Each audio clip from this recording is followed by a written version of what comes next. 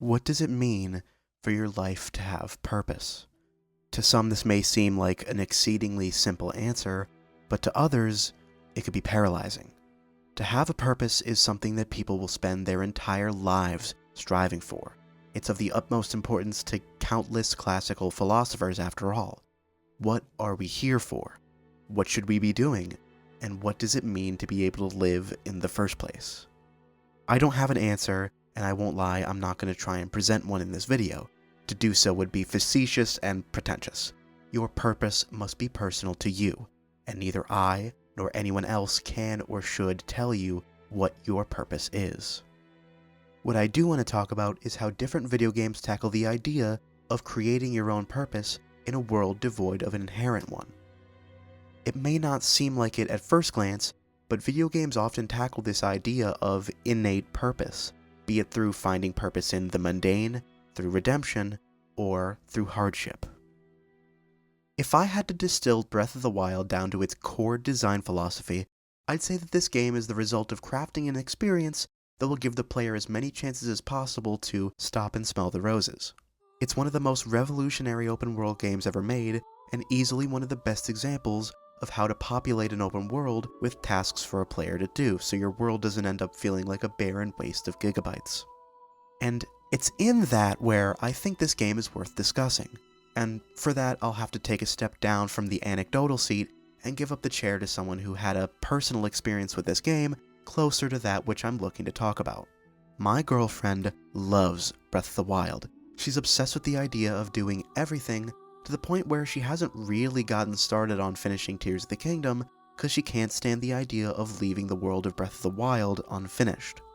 If you were to ask her what the purpose is for her playing Breath of the Wild, she'd say something along the lines of, I started it and now I have to finish it. But the thing is, she beat Calamity Ganon a long time ago, and one might think it doesn't get more done than defeating the final boss. To be clear, my girlfriend is far from a completionist. Breath of the Wild is really the only game she plays outside of Mario Party, so what makes this game so appealing to the hardcore and non-hardcore audiences alike? Even though the story frames you as being on a time limit for your ultimate confrontation with Calamity Ganon, you really can take your time with it, and it incentivizes you to do so more than most games will ever take the time to do. Finding something to fill the time is the purpose of this game. In my opinion, there are very few games that can encapsulate the whimsy of being able to stray off the beaten path better than Breath of the Wild. The entire design philosophy of this game seems to be working together to not pull you too strongly in one direction as opposed to the rest. Any way is the right way when you're going through a world as well thought out as this version of Hyrule. And I know I'm not the first YouTuber to mention this, but the entire idea of slowing down and finding purpose in your surroundings is capped off perfectly by the soundtrack, particularly the ambient piano that plays whenever you're not in a place of interest. The curious, playful nature of the sporadic yet intentional notes puts you in a perfect mindset to be able to appreciate the world you're working your way through.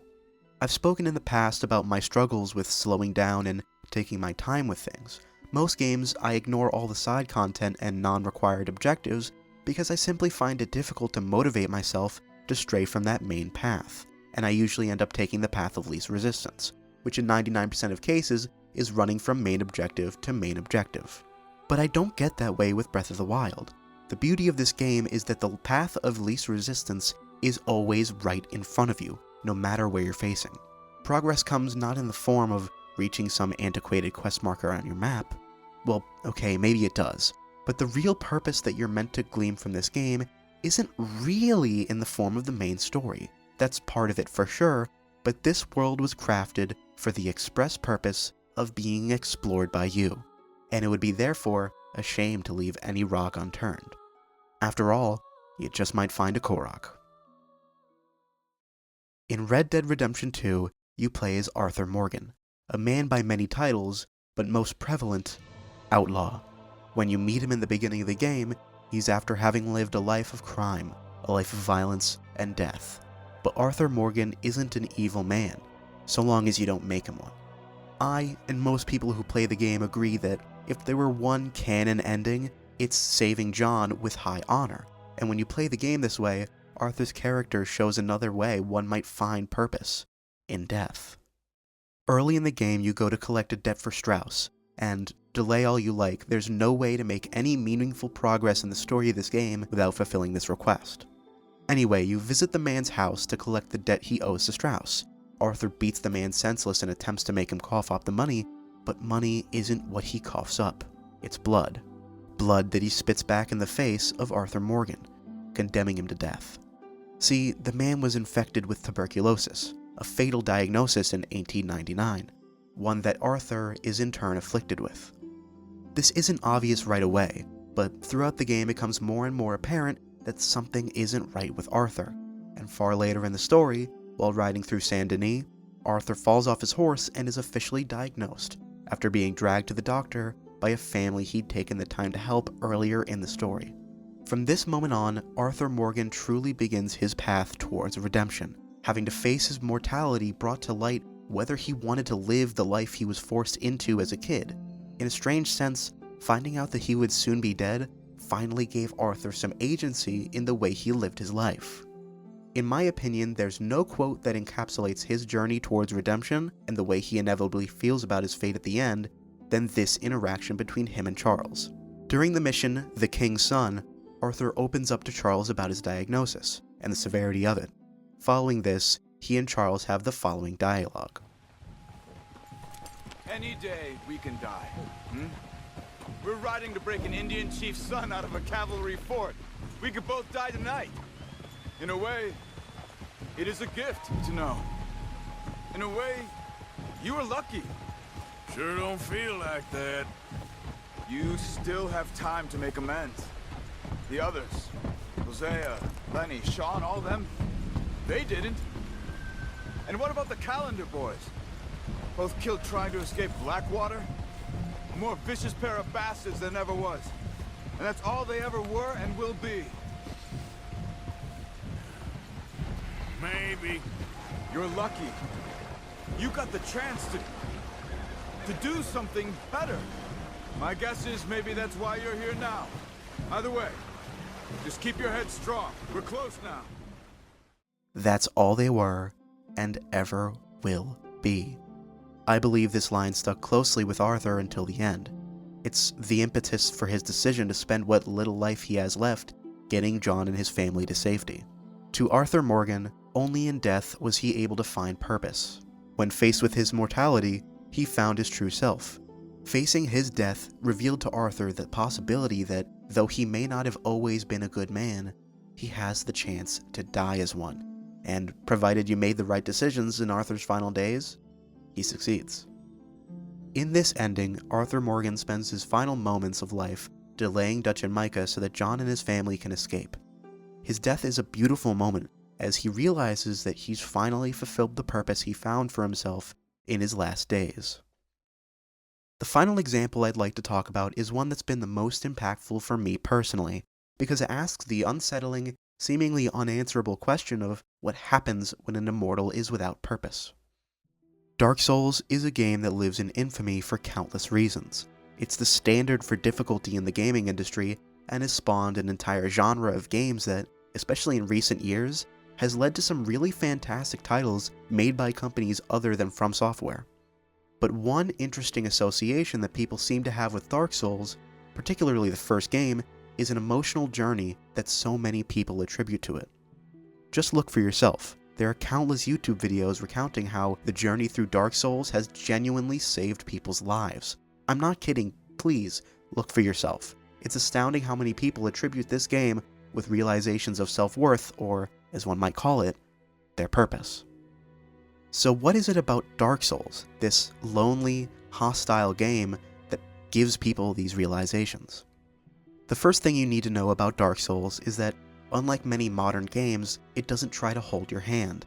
In fact, you might say that it does the exact opposite. When you start out, Dark Souls gives you the damage equivalent of a pocket knife, a way to heal, a vague idea of where to go, and a pat on the back before sending you to fight an actual demon within 20 minutes. The world of Dark Souls is cruel and unfair, and in that sense it's almost a microcosm of real life. It can often feel like everyone and everything is working against you, and you don't have the tools to deal with what lies ahead, yet you're expected to anyway. You really don't have a choice. This game will never bend to your will. It will never suggest lowering the difficulty or give you any useful tips, but you're expected to power through, to keep struggling your way from one end of the world to the other, to either save it or usurp it. And along the way you'll encounter many other characters who, alongside you, are made to deal with the one main drawback of being immortal in this universe: hollowing. The process of hollowing is an integral concept to the story of Dark Souls and every undead character in it. As an undead, you're immortal. When you die, you just come right back to life, so long as you have a drive to live, a purpose. Those who die without a purpose, or give up on one they had, become hollow, a mindless, eternal shell of their former self. An undead who goes hollow is truly lost forever. This can be seen as a stand-in for countless things that have been pointed out throughout the years, and many believe hollowing to be a representation of other players who couldn't beat the game and decided to give it up. Others see it as a stand-in for losing hope in real life and losing the battle with depression. Whatever it means to you is a personal takeaway, and ultimately one of the reasons so many attribute Dark Souls with saving them in some way. So where does that leave us in terms of analyzing Dark Souls through the idea of purpose? Well, I think hollowing is the exact concept we're looking for. Dark Souls views purpose as a drive that will keep you alive. If you live without purpose, you may as well be a mindless hollow. Many characters' quests end in that character becoming a hollow after losing their purpose in one way or another. Some accept this fate, others reject it, but all fall victim to it just the same, save for one notable exception. Solaire is one of the very few kind characters in the world of Dark Souls. He's always happy to see you, and the purpose he's chosen to push himself through the end of the world is finding his own son. This seems abstract, and it's meant to at the beginning. It's unclear if Solaire himself even understands what he means by it. In the bad ending of this quest, he ventures down to Lost Izalith and meets a grim fate at the hands of a sunlight parasite. It latches onto his head and makes him think that he's found his son, that he himself has transformed into the son he was looking for all this time. All the while, the parasite is controlling his body to attack you and, as its name implies, it steals nutrients from his body until eventually there's nothing left. Ending his life here as he unknowingly attacks his one ally in this cruel world is realistically the best fate there is left for him in this ending. There's no way to detach the parasite. In this version of events, Solaire is gone one way or the other, no matter what you do. It's over. My son is setting. It's dark. So dark. This is the reality for most characters in the world of Dark Souls. Maybe all of them don't get devoured by a sunlight parasite, but all of them face mortality and must hold on to their purpose for fear of losing themselves. Though this doesn't have to be where it ends for Solaire. If you reach the hallway where he loses himself and kill the parasite before he enters the area, when you return, he'll be there, dejected, but alive. He's disappointed in himself for not finding his own son, sure, but he hasn't hollowed, which means there's hope. This dialogue from Solaire implies that he either knows something we don't about Lost Izalith, or that he intentionally sought out the parasite, and his disappointment comes from not being able to see the illusion it grants before the inevitable hollowing that would follow him achieving his goal. While it may not be explicitly stated, Solaire has very nearly given up when you speak to him in the Demon Ruins, which is the last time you see him before his fate with the parasite is decided. And so I believe that there's a chance that him losing himself to the parasite may have been a suicide attempt. He knew what illusion he would be shown, and he wanted to use it to fulfill his purpose and finally give himself into hollowing. One way or another, we saved him from this fate, and going forward we can summon him to help us defeat Gwyn, the final boss of the game.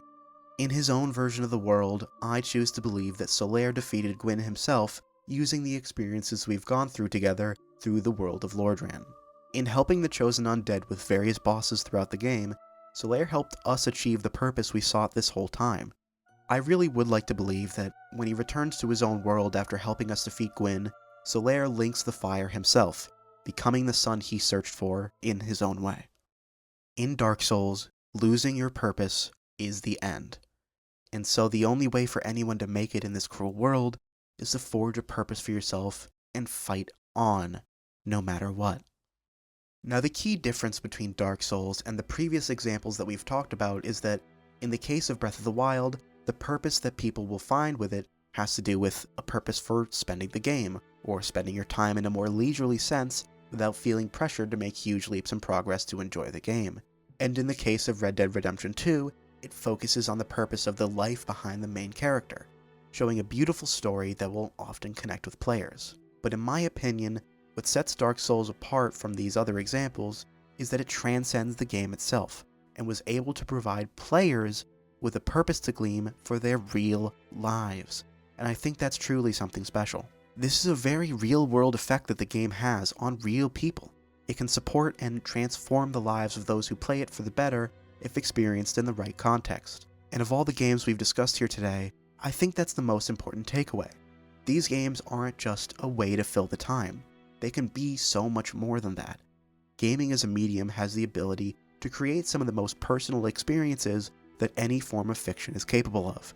And when all the stars align, a masterpiece like Breath of the Wild, Red Dead Redemption 2, or Dark Souls can emerge, and genuinely change the world for the better for having existed. And I think that's pretty important to talk about. So please, don't you dare go hollow. Thank you so much for watching. The last few videos have far exceeded any expectations I could have possibly had. I mean, in the last video, I was celebrating passing 100 subscribers, and now, while I'm writing this, I have almost 450. I really want to thank each and every one of you for taking the time to check out my videos and subscribing for more. I've set a pretty high bar for myself, but I promise I'll do everything I can to keep on raising the standard of quality here on the channel, so thanks for joining me on this journey. One final note before I sign off, I wanted to give a huge shout out to Devil Arts Gaming for inviting me on his stream to play Sparking Zero. He's a really cool, genuine dude who works super hard on his channel, so I hope we can continue working together in the future. If you're interested in gaming content, please make sure to check him out. I'll leave his link in the description. Anyway, that's all for me today. Peace.